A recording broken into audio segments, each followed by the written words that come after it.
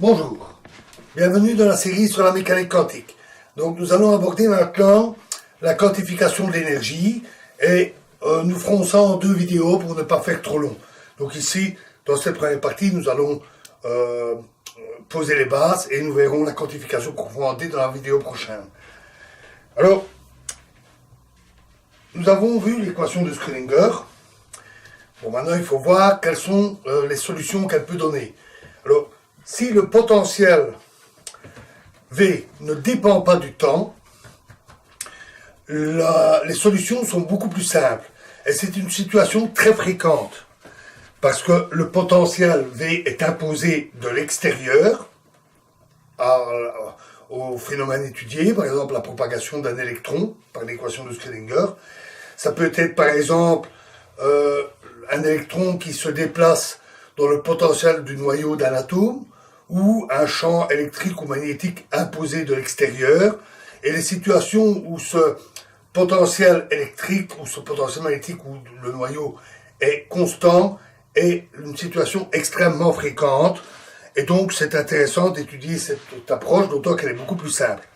Alors dans ce cas-là, il se fait que la fonction d'onde peut s'écrire comme un produit. Donc, en toute généralité, la fonction d'onde dépend à la fois du temps et de la position, et elle peut s'écrire comme le produit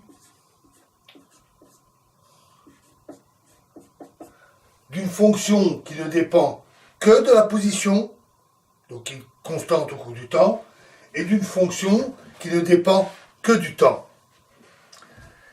Alors, si on remplace cette solution dans l'équation de Schrödinger, on obtient IH bar divisé par F, variation au cours du temps de F, est égal à 1 divisé par U, moins H bar carré sur 2M, variation carré, donc toujours variation de la variation, avec la position de U plus VU. L'équation se sépare en 2 parties, et si on regarde bien, dans cette partie-là, on n'a que des fonctions qui varient au cours du temps. Cette équation-là ne dépend pas du tout de la position. Et inversement, cette équation-là, cette formule-là, ne dépend que de la position. Elle ne dépend pas du temps. Par conséquent, puisqu'elles sont égales, elles ne peuvent valoir qu'une constante qui ne dépend ni du temps, parce que là ça ne dépend pas du temps, ni de la position. Alors nous allons l'écrire égale E, une certaine constante. Alors on pourrait dire, oh, attention, on va confondre avec l'énergie, mais non, parce qu'en fait ce choix n'est pas tout à fait innocent, nous allons le voir. La première équation, donc IH bar sur F, variation du temps au cours de F égale à E, se calcule très facilement. On résout facilement cette équation et on obtient que F est égal à C, une certaine constante, fois une fonction qui dépend de E et du temps, notre fonction habituelle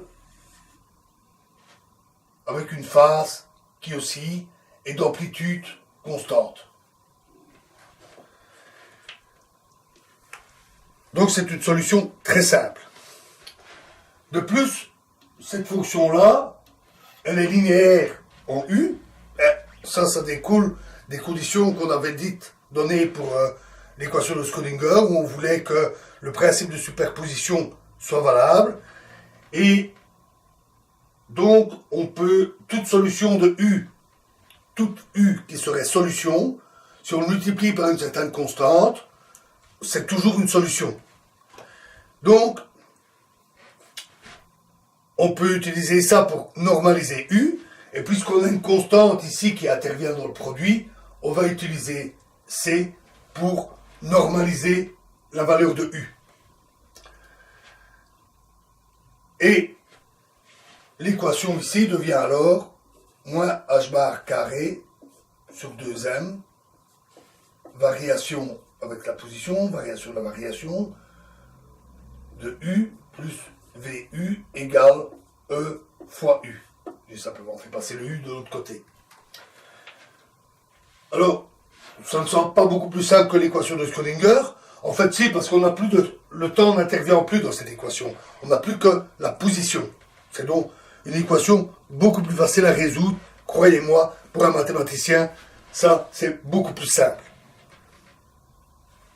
Et la solution générale devient alors psi égale U normalisé fois notre fonction sinusoïdale ici.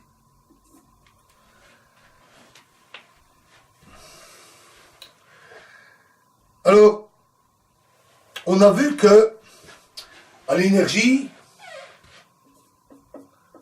correspondait IH bar variation au cours du temps.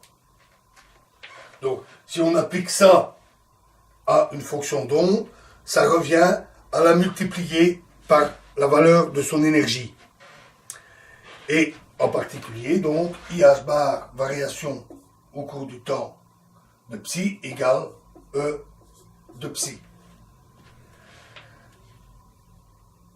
Une telle représentation s'appelle un opérateur. On a déjà parlé du concept d'opérateur. L'opérateur agit sur la fonction d'onde, opère sur la fonction d'onde pour donner un autre résultat.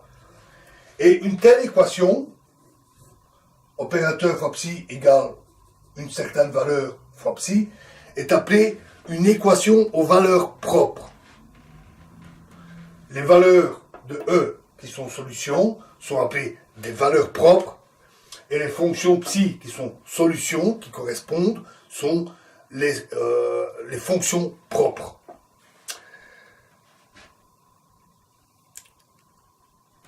Regardez cette équation, c'est exactement l'équation ici.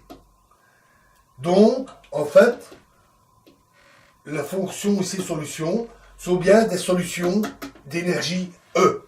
Ce sont des solutions stationnaires au cours du temps, d'amplitude constante et dont la phase aussi au cours du temps. Donc le E était bien choisi, c'est l'énergie qui correspond à la solution.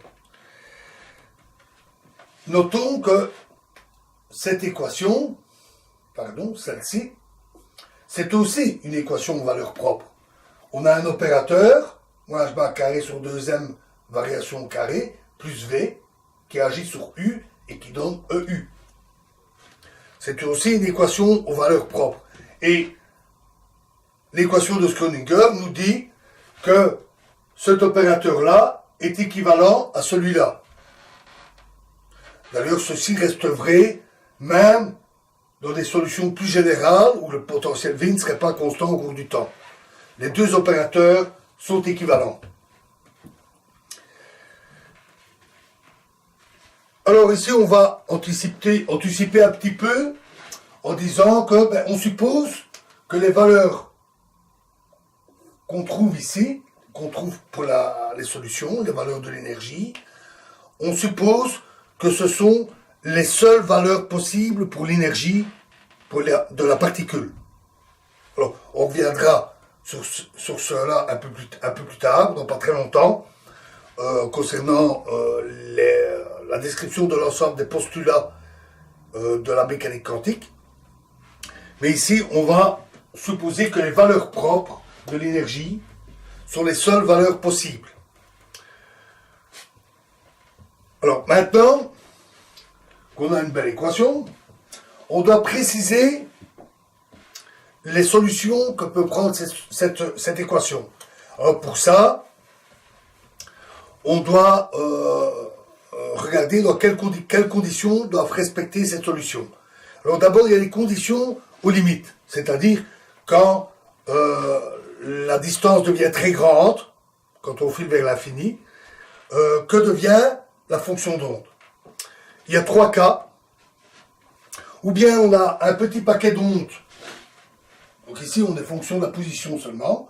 On a un petit paquet d'ondes dans une certaine région et qui tend vers 0 à l'infini.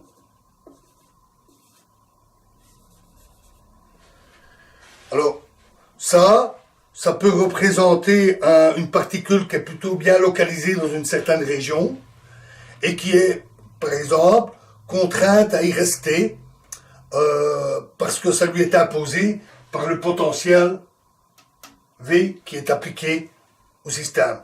On peut prendre un exemple très simple, par exemple, un électron qui est placé autour d'un atome. C'est une situation très fréquente.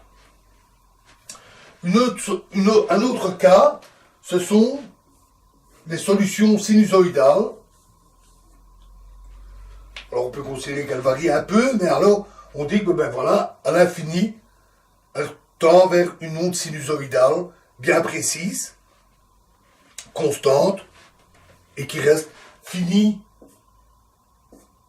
à l'infini. Alors ça peut représenter par exemple une particule qui se propage, qui vient de très loin, qui arrive dans une zone où il y a un certain potentiel, et qui va être diffusée. Ça peut être utilisé par exemple pour étudier la diffusion d'électrons par des atomes. Des électrons qui arrivent sur un atome et qui sont déviés, diffusés vers l'infini. Et le troisième cas, ce sont des ondes qui croissent indéfiniment. Quand on va vers l'infini, elles croissent sans limite. Alors, ça on l'a vu, c'est pas physique. Puisque ça doit représenter des probabilités, le carré de l'amplitude doit représenter une probabilité. Si ça file vers l'infini, on ne saura jamais normaliser. Une probabilité infinie, c'est évidemment absurde. Une probabilité, c'est au maximum 100%, la certitude absolue. Et donc, si ça file vers l'infini, on doit diviser pour normaliser par une constante infinie, et toute la fonction est alors aplatie, elle vaut 0 partout, la particule n'est plus nulle part. C'est un résultat évidemment absurde. Donc ces solutions qui divergent doivent être exclues pour des raisons purement physiques. Ça peut être des solutions mathématiques de l'équation, mais on doit les exclure pour des raisons physiques. Alors, une autre condition, c'est la continuité. Donc là, nous avons déjà une règle. Alors, la continuité. Alors, l'équation qui est ici, les mathématiciens disent que c'est une équation dite du second ordre. Ça signifie que si le potentiel V est fini, on reviendra un peu juste après sur l'autre cas et qu'est-ce qu'il peut bien signifier. Donc on considère V fini. Alors les mathématiques montrent qu'il suffit de connaître la fonction d'onde et sa variation en un point, un seul point, et cela suffit. On peut alors faire le calcul pas à pas, en utilisant l'équation. On fait le calcul pas à pas pour trouver la valeur de la fonction en tout point, et évidemment en tout instant, puisque on les a séparés.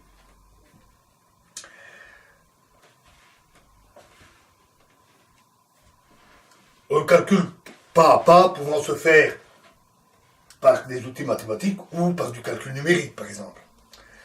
Alors, donc il est assez raisonnable d'exiger que la fonction psi, la fonction d'onde, soit continue, c'est-à-dire sans rupture brutale. Elle est lisse. De même, pour sa variation, on va supposer qu'elle est continue, c'est-à-dire qu'elle n'a pas de coin.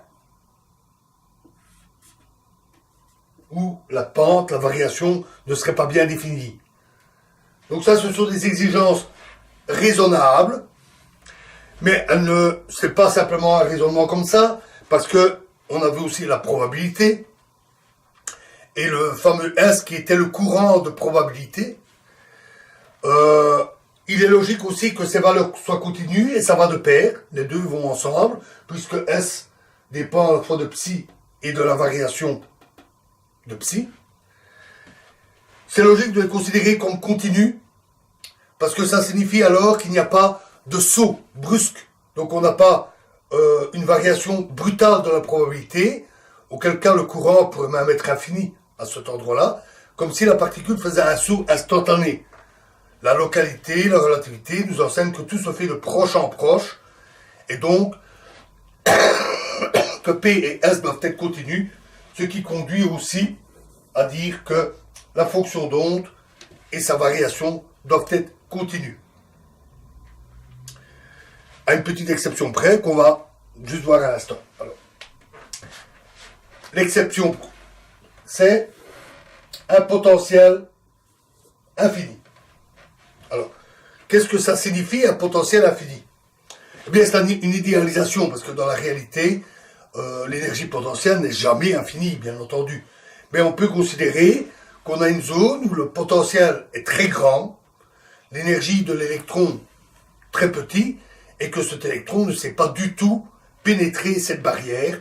Elle est considérée comme impénétrable. C'est souvent une idéalisation courante et qui simplifie très fortement les calculs en réalité.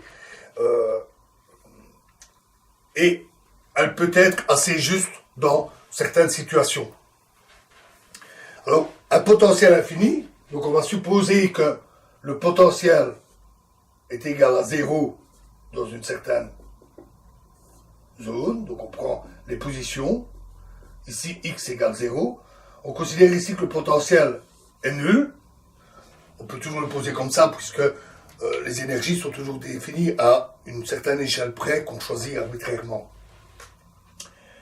Et en x égale 0, boum, une barrière, le potentiel est infini. Alors comment est-ce qu'on va résoudre un tel cas? Eh bien, une façon de faire, de voir quelles sont les conditions, c'est de considérer que le potentiel n'est pas infini, il a une certaine valeur V0, qui peut être très grande, très grande, mais finie. Et puis, on fait tendre V0 vers l'infini pour voir que deviennent les conditions. Alors, si on suppose que l'énergie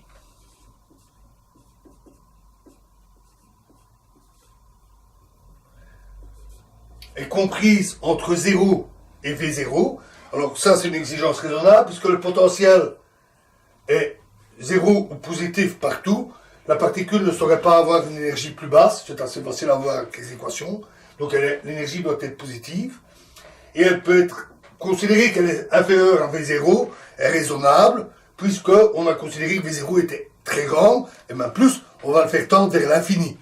Donc l'énergie de la particule sera forcément inférieure à la valeur du potentiel dans cette région. Dans ce cas-là, on résout assez facilement les équations. Donc, je vais vous donner les solutions. C'est A fois sinus alpha x plus B fois cosinus alpha x.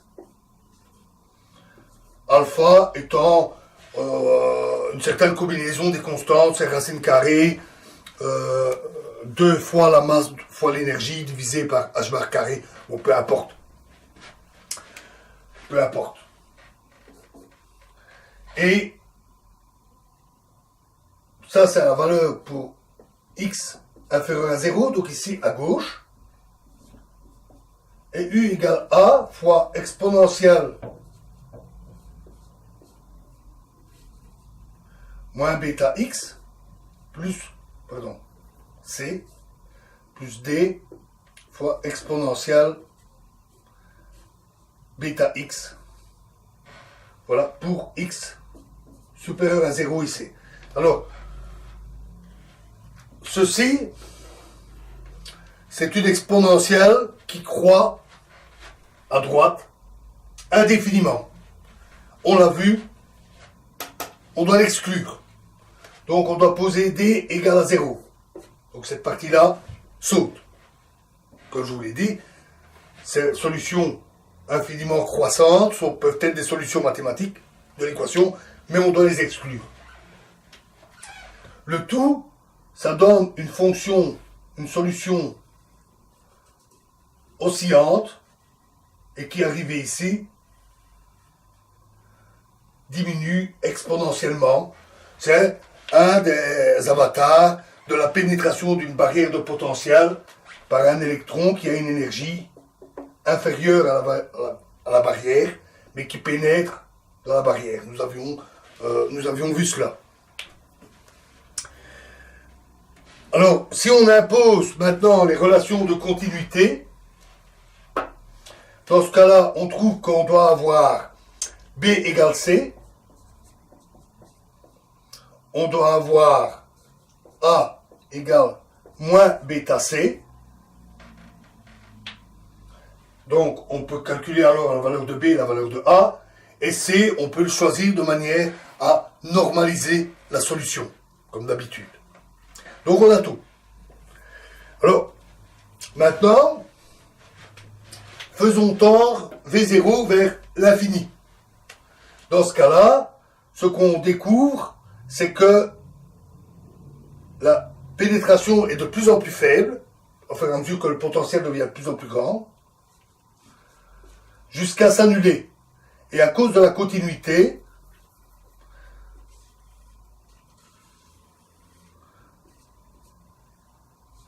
la fonction d'onde doit également s'annuler sur la barrière. Donc, dans le cas d'un potentiel infini, à l'interface, la condition est que la fonction d'onde s'annule. Notons que la variation de la fonction d'onde, elle, il n'y a pas de condition qui est imposée dessus. Elle peut être quelconque. Donc là, on pourrait avoir une variation brutale de la variation de psi. C'est pas illogique parce qu'une particule qui arrive dessus est instantanément réfléchie, la barrière est totalement impénétrable, un potentiel infini peut conduire à une discontinuité dans la variation de psi. Elle se propage, donc le flux de probabilité est dans ce sens-là, et puis brutalement, boum, instantanément, il fait demi-tour. Par contre, la fonction d'onde doit s'annuler en ce point. On vérifie d'ailleurs aussi que P et S s'annulent, mais évidemment, la probabilité, c'est le carré de psi de son module, donc forcément la probabilité s'annule aussi en ce point, et on vérifie que le flux probabilité s'annule en ce point. La particule ne peut pas du tout pénétrer une barrière de potentiel infini. Voilà, alors maintenant nous sommes armés, nous avons ce qu'il nous faut pour discuter des solutions en valeur propre de notre équation. Nous verrons que ce n'est pas très difficile, des raisonnements qualitatifs suffisent, donc nous verrons ça dans la prochaine vidéo. Je vous remercie.